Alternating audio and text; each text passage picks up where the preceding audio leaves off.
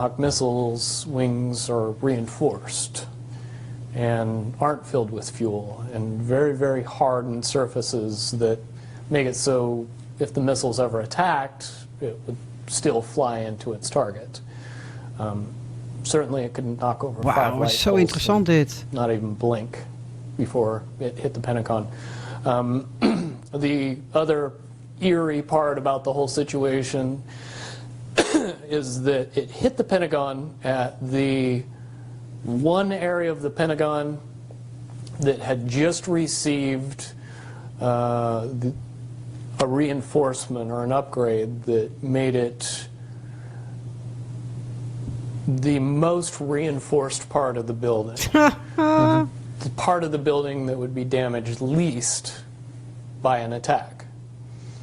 Couple that with the fact that there wasn't any jet fuel blowing it up, and that the wingspan of an airplane driving into that building doesn't match a 757.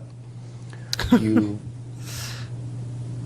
model a Tomahawk missile and its flight path and payload and wingspan and all the other technicalities of it, and I think you would find that the estimated damage of what that attack would cause to the Pentagon at that particular area would fit very nicely with the actual damage that happened to the Pentagon in that particular area. And the fact that they had evacuated, or at least that a lot of people were not there, and that, didn't you also allude to the fact that it appeared that there was evidence that Cheney had been waiting for the in the documentary Loose Change, it does have some pretty damning evidence that the vice president was well aware of the attack. Ja, was ik gepland. Then again, sorry mensen, maar look at the reaction of President Bush at the time that he was notified and realized, assume that somebody knew something ahead of time. Well, his reaction would be stereotypical of that, in my mind. What you also alluded to was the idea that you weren't the only one who, or your group, your SEAL team, weren't the only ones that had received advance warning of 9/11 during the time prior to that. Is that right? No, I would say most government agencies received some notification or some warning of the attack ahead of time. Wauw, van tevoren is er al verteld, er komt een attack op 9/11. Alle overheden kregen dat te horen. Voordat het überhaupt plaatsvond. What the fuck? Certainly there's more than enough actual evidence out there today that's as easy as getting on YouTube and doing a search to find.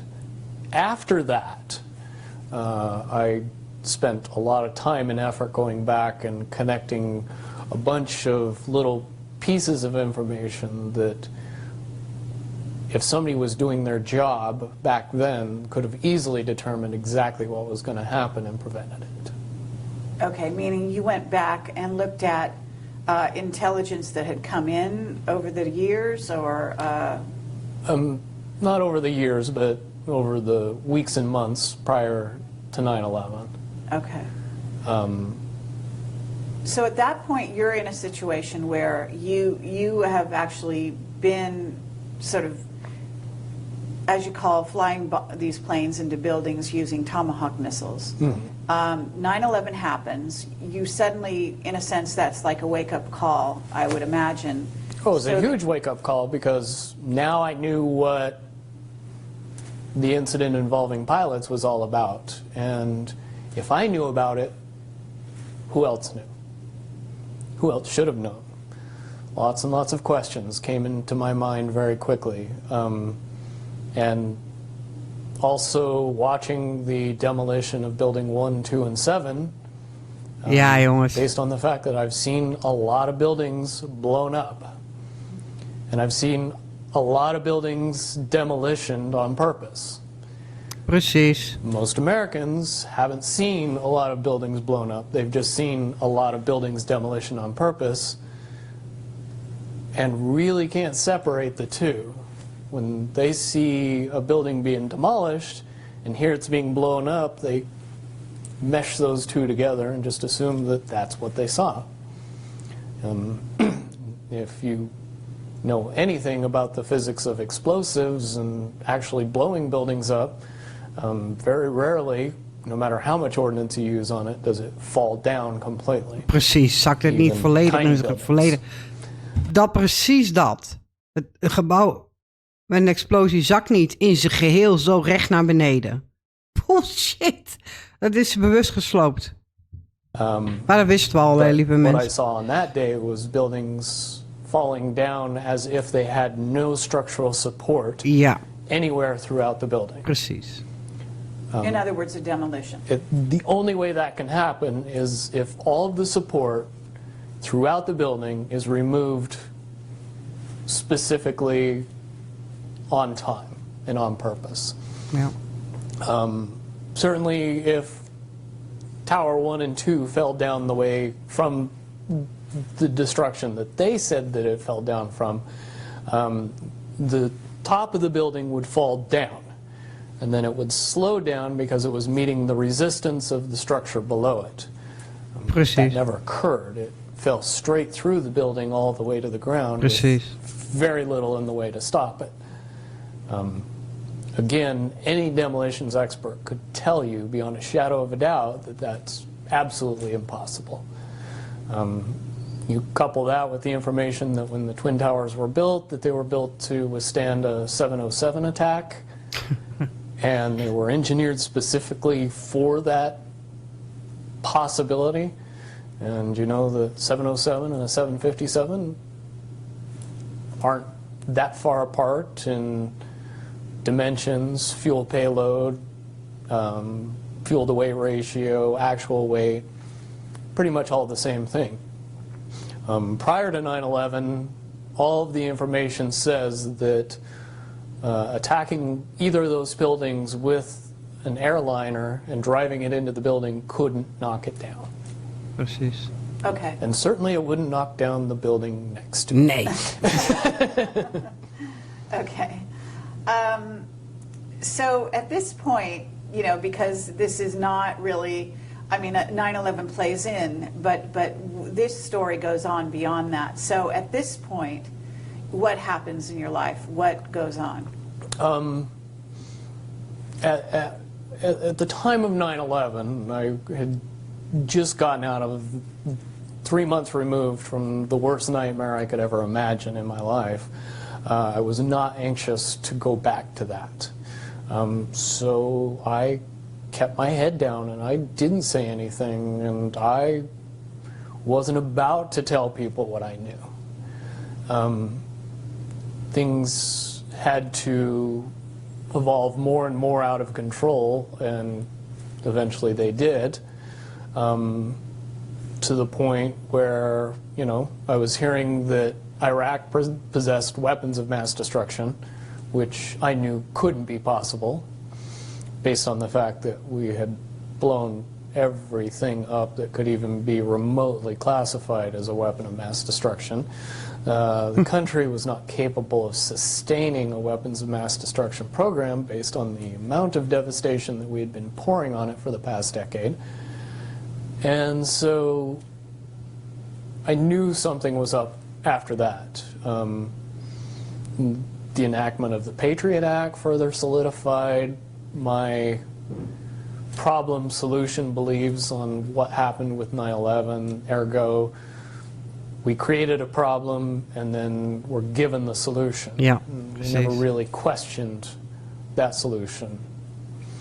Never were really told that, yeah, but they attacked us because we had been attacking them for the past decade.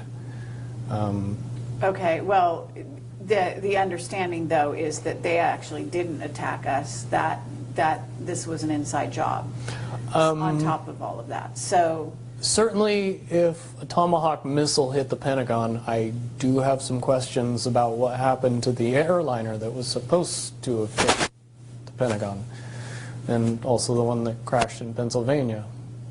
right, supposedly. Doesn't look to me like the crater of a full-size airliner. Looks something more akin to what it would look like if I popped a cruise missile over, did an Emblem turn, and drove it straight into the ground. Okay. If you know those little wing marks Jeez. that everybody sees in the middle of that bomb crater. Sorry, ik reageer don't misschien... have any- Sorry, ik reageer niet veel, misschien niet veel, maar ik ben zo into this. Ik ben zo gefascineerd dat ik heel erg aan het luisteren ben naar wat hij zegt. En ook aan het lezen, maar ook aan het luisteren ben naar wat hij zegt. Dus ik reageer misschien niet zoveel, maar als ik te veel ga interrupten, dan hoor je niet het hele verhaal. Dus vandaar. charring around them. And if those were the wing marks of an airliner, those wings would have been full of fuel. They would have had engines on them, and they definitely would have burned. I think it's pretty obvious when you look at the TV footage of the wreckage around those two sites. The wreckage was mangled, bent, but not burned.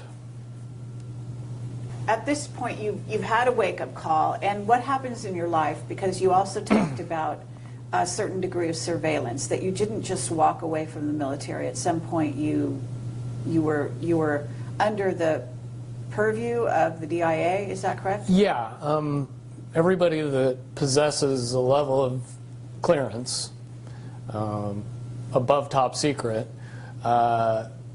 is watched and monitored long after they lose access to that level of clearance. Certainly a secret is still a secret even if you don't let the person that knows the secrets know any more secrets. So no matter what they did, I possessed a huge amount of information that Ja, the population in large ja. needed to be kept secret from. So yes, you get used to a regular amount of surveillance, a regular amount of interference.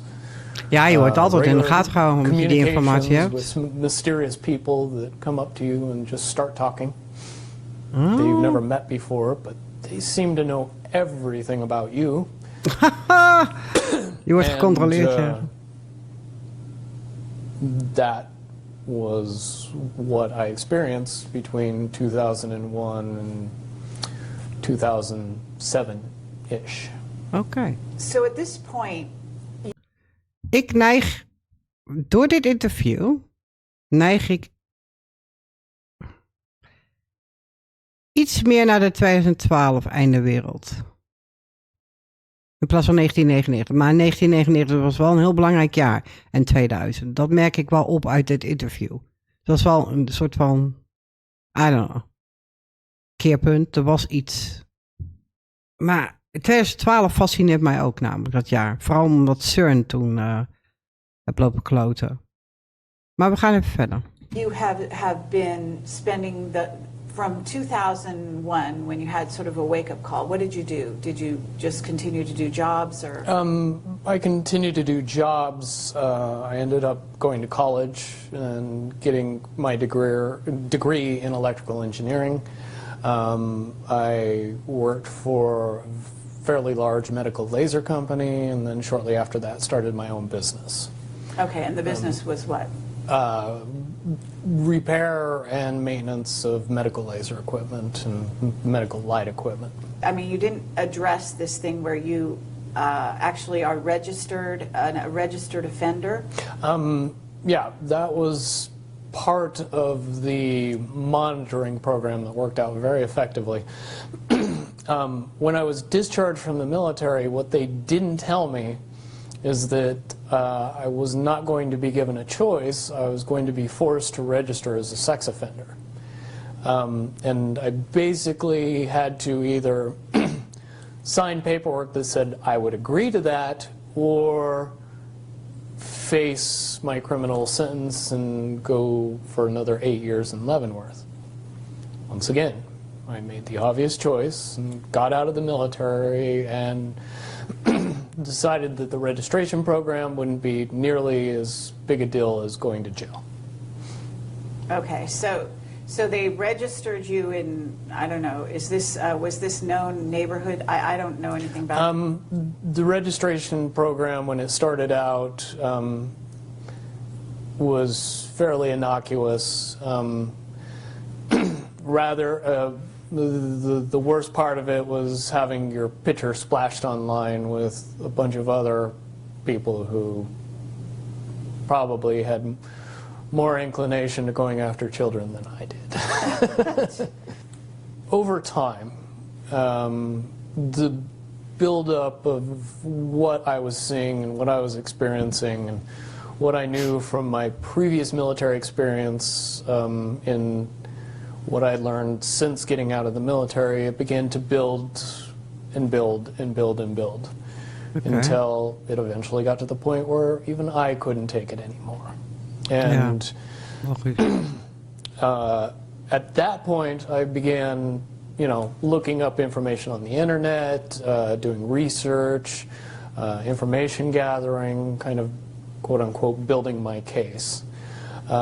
Shortly after I began doing that, I was contacted by a group of people that were also doing the exact same thing and were much more aware of who I was and what my experience in the military was on a top secret level. I was very surprised by that. Interessant. But I learned very quickly that there's people out there with a huge amount of information that are fighting for the good guys. Okay, so in essence, you were contacted by a group of what we call white hats. White hats, I call them oath keepers, but essentially they're the patriots that our government would classify as terrorists. But they are ex-military by and large, and some of them are still in the military. I would assume a large number are still in the military or the government in the FBI, Secret Service, CIA. Ze zitten dus overal in. Ook de goede kant, zeg maar. Ik noem het even de goede rikken. Die zitten ook op in hooggeplaatste situaties. Die zitten er dus ook. Daar heeft hij het over. Zoals binnen die FBI en zo. Any alphabet agency, there's got to be a percentage of people that are seeing the day-to-day and going, this is wrong, we got to do something. So they contacted you? Yes. And over the course of a few months, I was vetted. And if you don't know the meaning of the word, that is a cute term for saying how much you could be trusted and how much you would lie and what you didn't want to talk about.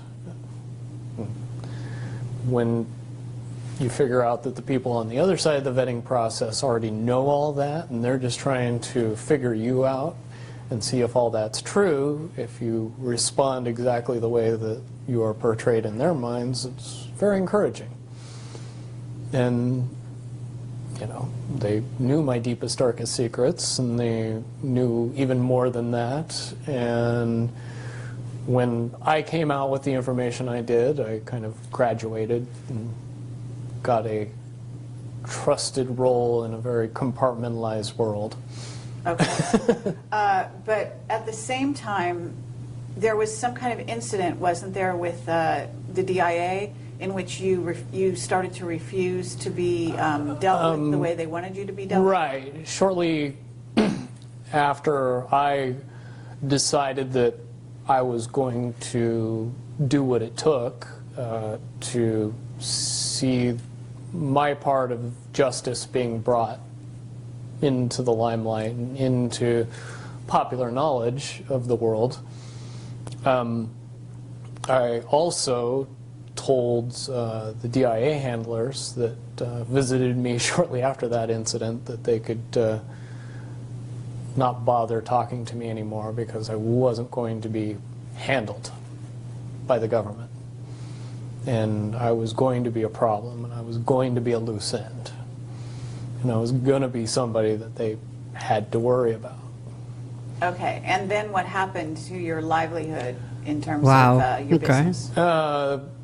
Over the course of 2 years, My business was destroyed. Of my course. clients were Ja. all mysteriously Tuurlijk. notified Je of hebt niet my toegestemd. sex offender status. Wow. Many of my neighbors were visited by the police and had information brought to light to scare them. Fortunately, didn't know that my next door neighbor was my best friend, and I helped him get the house. So that's how I know this all happened.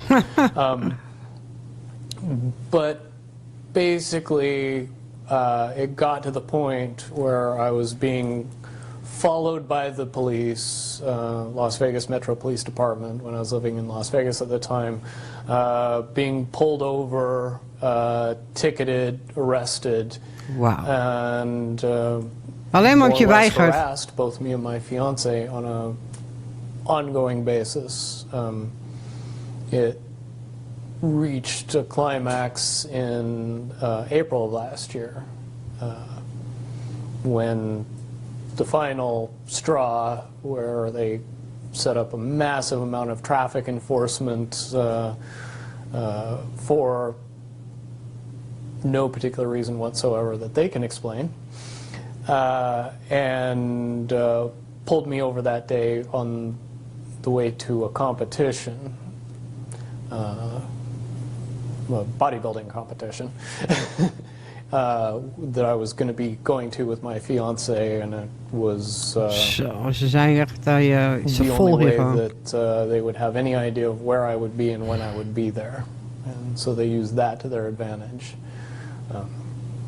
I have had several incidents similar to that happen, but managed to slip through their little nets every time since then. And fairly confident that I will continue to do that until such time as I have the opportunity to make it so that can't be used against me as a weapon anymore. And this video should be a big part of that.